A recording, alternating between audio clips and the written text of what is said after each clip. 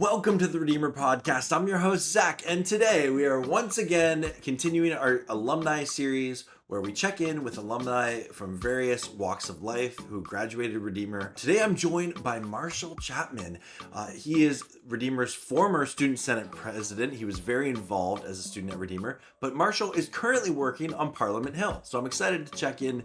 If it is your first time here, make sure to like and subscribe, share with a friend, and check out some of our other episodes that explore various aspects of Redeemer, Christian education, and so much more. Thank you for making this part of your day. And with that, here we go. Yes, we are back with another episode of the Redeemer Podcast, continuing our alumni series. I'm joined by none other than former Student Senate President Marshall Chapman. Marshall, thanks so much for joining the podcast. How have you been? I've been good, Zach. Thanks for having me, man. I've been on the Crown podcast, and now I'm on the Redeemer podcast. So I'm excited to round the bases here. So it's good to be here. That's fantastic. You're just getting through all of the Redeemer media outlets there. That's right. Well, Marshall, again, many of our viewers are prospective students. They're considering Redeemer, things like that. So let's just introduce you a little bit.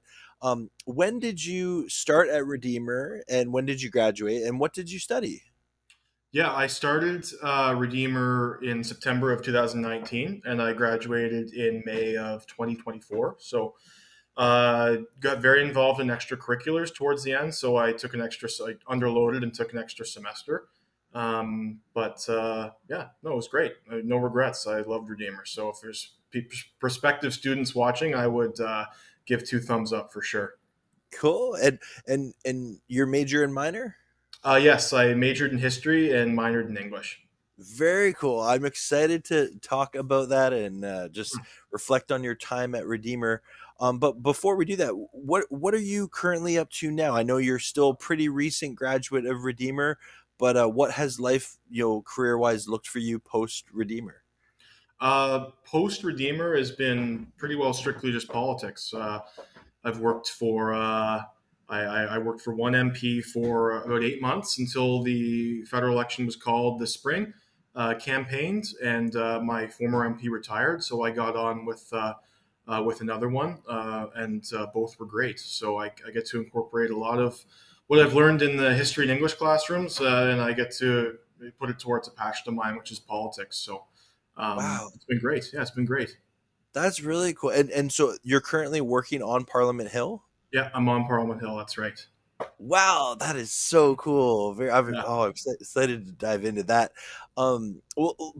Let's rewind the clock a little bit. So, how did you hear about Redeemer University, and what drew you to Redeemer to study there? Did you kind of know people that went to Redeemer before, or was it a new school to you and your family? Yeah, so this is the question that I think I'm most excited to dive into, because it's a total God moment. Okay. So I was familiar with Redeemer through, I guess, my parents' goddaughter, who we went to church with. She went to Redeemer for a year, couldn't afford, this was maybe 8 or 9 years ago, couldn't afford to do more than 1 year. So she stayed for the year, loved it, then went to McMaster. So I talked to her about that because coming out of public education, I didn't feel like I was adequately prepared to launch into a big university.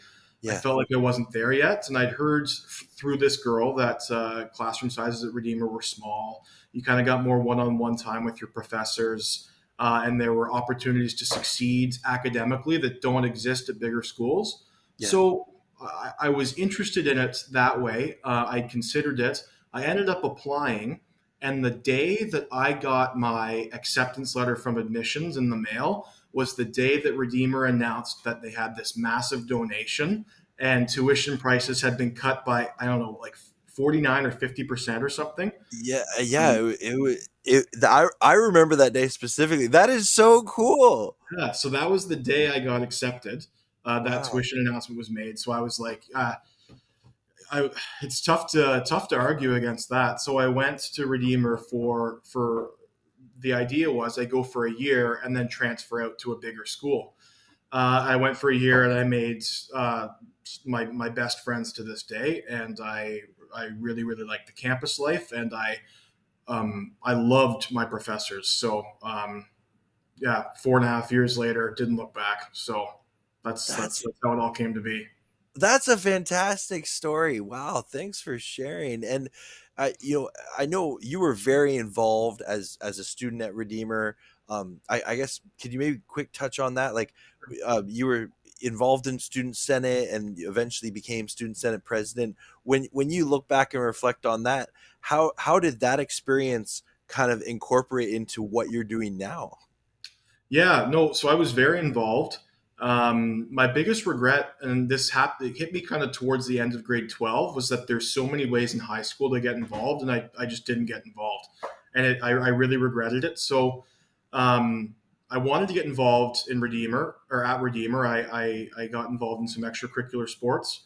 My first year, then obviously 2019-20, the world shut down in the spring of 2020. So that kind of hindered the ability to get involved a little bit. My third year, after I completed my first summer on Parliament Hill, I decided to run for student senate, and I ran as the club's coordinator, which was great. I enjoyed that. The year after that, there nobody seemed to be interested in running for student senate president, and I thought about it. I prayed about it, and decided to throw my hat in the ring, I guess. And the only other guy who was thinking about running, when I told him I was running, he said I'm not going to run, and he ended up running as vice president of student affairs, Oh, and he cool. won. So we ran together, and were both elected, and it was great. It was a great experience. I've never led a team before, and I sure did make mistakes, but I think I did some things the right way too, and yeah, a lot of life lessons learned on how to work with people and how to connect people who don't know each other and don't agree with each other to kind of work towards a common goal. Fantastic. And then my last semester at Redeemer, I got on as a reporter for the Crown, the student newspaper, which which may have been my favorite. I really really liked that. I love to write, and the Crown's great. So it was fun to get involved that way too. So that's a brilliant segue. Let's talk a little bit about your time studying English and history at Redeemer. One of my favorite questions to ask during this alumni series has been, when you reflect in your time at Redeemer, what were some of your favorite courses that really stick with you to this day? hmm History 108 with Dr. Flat would be the first one that jumps out. That's the core history course that history students have to take in second semester, Okay. and it's world history, or I guess maybe Western world history from 1914, from the First World War, and it was fantastic. Dr. Flat is a very good professor, and the course criteria is maybe some of the most interesting there is, in my opinion, in history. So that sticks out to me. I took I guess in fourth year, I took I can't remember the course code, but it was totalitarianism with Dr. Flat as well, and that was good. That studying some of the 20th century totalitarian regimes. Pretty dark class, very dark class. So dark actually that Dr. Flat had a period of reflection at the very end of the class, because you're learning about some of humanity's most evil doings, but it is interesting nonetheless. Um, Politics 210 with Dr. Joustra was great. Introduction to Canadian politics. That's, I think, where I kind of got my start and really really considering working in politics in the future. And then my last one I would say would be um, Islamic Encounters, which is a fourth year history seminar that Dr. Loopstra led, and I thought that was great. I got to hone in on a couple of niche interests, and I think the history of the Middle East is very, very interesting, and how Judaism and Islam and Christianity all mesh together in one area. We're seeing that play out right now on the world stage. I think it's very interesting, and Dr. Loopstra's maybe the best connected guy who could possibly teach that course. So, yeah, there were some really, really good ones. That Wow, that's fantastic. Oh, I can hear the passion in your voice just as you kind of talk about them. That's great. I can And go on too, Zach. If we need a time filler, just let me know. I've got more oh, courses we can go on about. Oh yeah, you can have at it. No worries. Um, what about if as we kind of reflect on your time at Redeemer and then where you are now at Parliament Hill. I know that a big part of Redeemer is learning from a Christian worldview perspective. When you're working in politics, when you're working on Parliament Hill, how does your faith impact the work that you do, right now every day? This is going to sound really dark, but Okay. working in politics and yeah, working in politics, I think you see how dark the world really is, how cursed by sin the world really is, how helpless we are. It does sound dark, but for me, being a Christian in the field, it puts me, it reassures me Mm, that we're operating within God's time, right? Within God's hands. So I find that very, very reassuring. Obviously, working in the House of Commons, things get passionate, and there's lots of things that go on, stressful things, high energy things. So I think it's good to be rooted in Christ and to know that no matter what happens, right, He's in control, right? mm, Um, and I think another one would be seeing how partisan the political world is. I think coming from a Christian background, a Christian education at Redeemer, learning how or being able to recognize that no matter who people are, what their background is, that we're all God's children and we all deserve His love, right? So I think that's something that's sorely missing in not just the political world, probably the business world, the academic world. It's in the world in general. We're all God's children, right? And we all deserve His love. And I think that's something that is taught very strongly at Redeemer. And I think it's very applicable to my career, but it's also very applicable to your career and to anybody else's career, right? absolutely. And I guess, Marshall, I kind of want to just unpack that a little bit. Is what exactly does it mean, to be a Christian, working in politics? If you can just like peel that back, like, because I know, like, in politics, there's a lot of different representation, in the House of Commons and things like that. I guess on the day to day, work that you do at Parliament Hill, how does your faith kind of incorporate into that? I think just trying to do the right thing, make the right decisions that impact people in a positive way. I think if you, whether it's passing legislation, whether it's interactions with fellow staffers or with constituents, um, just looking for positive ways to impact people's lives. And again, I don't think that's not unique to my career, but Yeah, it's prevalent for sure. Um, yeah, I think just looking for ways to affect positive change in a place that could use positive change, and in um, the highest offices in the country, right? The yeah, best way to affect positive change would be the legislators and the lawmakers of our country, right? So, absolutely. Well, and blessings on you as you continue to do that work. Um, exactly. circling back to your time at Redeemer, and again, this we're not sure who's watching. If you're watching out there or listening, we're glad you're here with us, and we're talking to Marshall.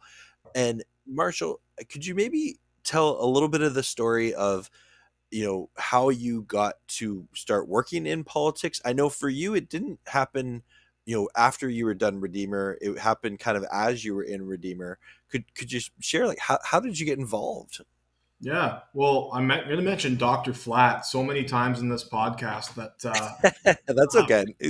That's a good name drop. Good name drop. trademark his name. But it was in second year, and I was scrolling aimlessly on Facebook one night, and I um, As came one does. across that's right. I came across a notification in the Redeemer History and Politics Facebook page, and I can't remember the post exactly, but Dr. Flat kind of put out a feeler for students who want to do history and political internships. At that point, so that would have been the fall of 2020, about a year removed from the 2019 federal election. I was very interested in politics, but as a bystander. So that just kind of got the wheels turning. Um, I talked to the front office about what an internship would look like. I talked to Dr. Flat about that, and I think several degrees will, but I know the history department does offer. I think it's History 388, which is a third year history credit for students who successfully complete internships over the summer in the history and political field. So the ball just kind of got turning from that. Dr. Flat gave me the go ahead to pursue something, and I ended up applying for, not to be partisan, but I applied for the Conservative Party political internship. Yeah. I had a couple of family connections and a connection in my MP's office who were able to give me a good referral and pass me along the internship. And I completed my Conservative and Redeemer internship on Parliament Hill in the summer of 2021. So that was going into third year. So you're right. I was kind of immersed in politics by the time I was halfway through my degree. So and that's carried over now. Wow. And so you graduate in 2024, You got and it. then what was it pretty much you kind of knew even before you graduated that you wanted to go and start working in, on Parliament Hill and within, Yeah. politics? Yeah, I enjoyed my internship a lot in 2021, and my boss, who I'm working for to this day now, said, if you want to come back next summer, we'd love to have you. He ended up running for party leadership in the summer of 2022, and I got to work with them through that process, which was awesome. But yeah, I would I say that, yeah, I remember talking to you about yeah, that. Your Instagram account was quite the good follow that summer because you were all over the place. That was there cool. was a lot of stuff going on, right? Yeah, No, it was great. So, and I knew that, yeah, like by the time I was halfway done my degree, I knew what I wanted to do. yeah, And it's so nice to finish up university without the stress of, what comes next? What am I going to yeah, do? To have not only an idea, but have jobs lined up. It's such a blessing, right? It really is a good reminder that the Lord's in control. And yeah, it was great. It was great. So I knew what I wanted to do, thanks to the history department and with some support from the politics and international studies department. Yeah, by the time I was halfway done my degree. fantastic. Wow. And I know this can sometimes be a difficult question, but do you see kind of, what the future might look like for you career wise in regards to that, or do you have some vision and goals that you might Mhm. kind of aspire to next? Yeah, I'm actually in the process of thinking and praying about that. I enjoy political staffing. I like it, but it's certainly, it's a very young job. It's a young person's job, and I'm still a young person, but it's not something I want to do forever. And there's Yeah. very few people, very few members, staff on the Hill who are over 35, 30, 35. It's a young crowd. So people tend to move on pretty quickly from the Hill. I've been here, for parts of 4 years. So I'm here for the time being, 100%. But there's certainly other things in Ottawa I'd like to do, depending Yeah. on how the next federal election goes. I'm sure there'll be opportunities to do something politically in Ottawa, but there's also think tanks, and there's lobby groups, and there's advocacy groups, and there's agencies. There's lots of opportunity. What I'm really wrestling with now is teaching has always been in the back of my mind. Mm. Um, I put a pause on it in university because I didn't think it was for me. But the last couple of months, I feel like the Lord's kind of put it on my heart a bit to reconsider that. So I'm thinking about that long term, about what going to teachers college would look like, and if I want to go back to school for another 2 years, we'll see what happens. But Yeah. that's where certainly where I'm leaning right now would be considering going back to school. Wow, that's so exciting. Thank you. You just gave a really great window into, politics of it. It's so much more than just MPs, right? Totally. Yeah. Yeah. Yeah. 100%.